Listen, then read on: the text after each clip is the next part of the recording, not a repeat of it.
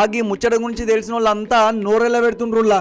Array భిక్షాటన చేసేటామె ఇంటికాడ గిన్ని లక్షల రూపాయలు ఉండుడేందని. గోనె సంచులలో ఉన్న రూపాయల నోట్లు చిల్లర బిల్లల్ని చూసిన వాళ్ళందరి కళ్ళు గిర్రున తిరుగుతున్నాయంటే నమ్ముండ్రి.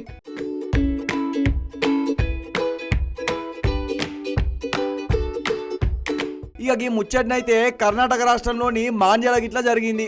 ఊరు అనే ఒక పెద్ద ఆమె తన తోడబెట్టిన ఇంకే ఆమెతో కలిసి ఇక ఊళ్ళో ఉంటాంది. ఇద్దరు లగ్గం సుతంగా చేసుకోలేదని తెలిసింది. ఇక ఊళ్ళో ఉండే మసీద్ కాడ భిక్షాటన చేసుకుంటా బతుకుతాంది.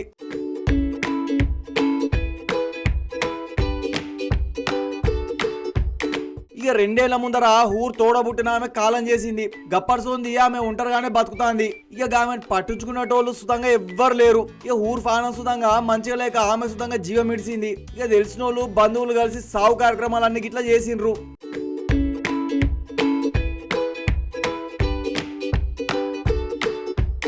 అటెన్క చుట్టుపక్క పోంటోళ్ళు చుట్టపోళ్ళు అందరు కలిసి ఊరు బతికిన ఇంట్లోకి పోయిండ్రంట.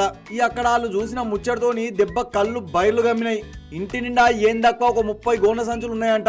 ఇక సంచుల నిండా 10 రూపాయలు, 20 రూపాయలు, 50 రూపాయల నోట్లతో పాటు ఇంకొన్ని సంచులలో చిల్లర బిల్లలన్నీ ఉన్నాయంట.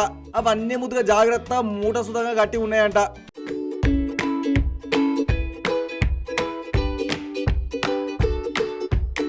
ఈ ముచ్చట గిట్లుంటే వాళ్ళందరు కలిసి పైసలు లెక్క పెట్టడానికి ముందర పడ్డారు. ఎంత లెక్క పెట్టినా ఏ ఓడి సావదు ఆ ఓడి సావదు. ఇక అందరు కలిసి తలోష వేసి చెమటలు గిట్లా కక్కుకుంటా కీసలన్నింటిని లెక్క పెట్టిండ్రు.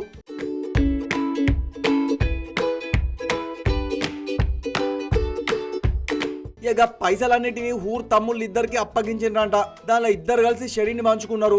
అయితే ఊరు బతుకున్నన్ని రోజులు ఆమెను పట్టించుకొని తోడబుట్టినోళ్ళు ఆమె కాలం చేసినాక మాత్రం ఆమె రెక్కల కష్టం చేసుకుని దాచుకున్న పైసలు తీసుకున్నందుకు చుట్టుపక్క పొంటోళ్ళందరూ మాత్రం ముక్కిరిస్తుండంట.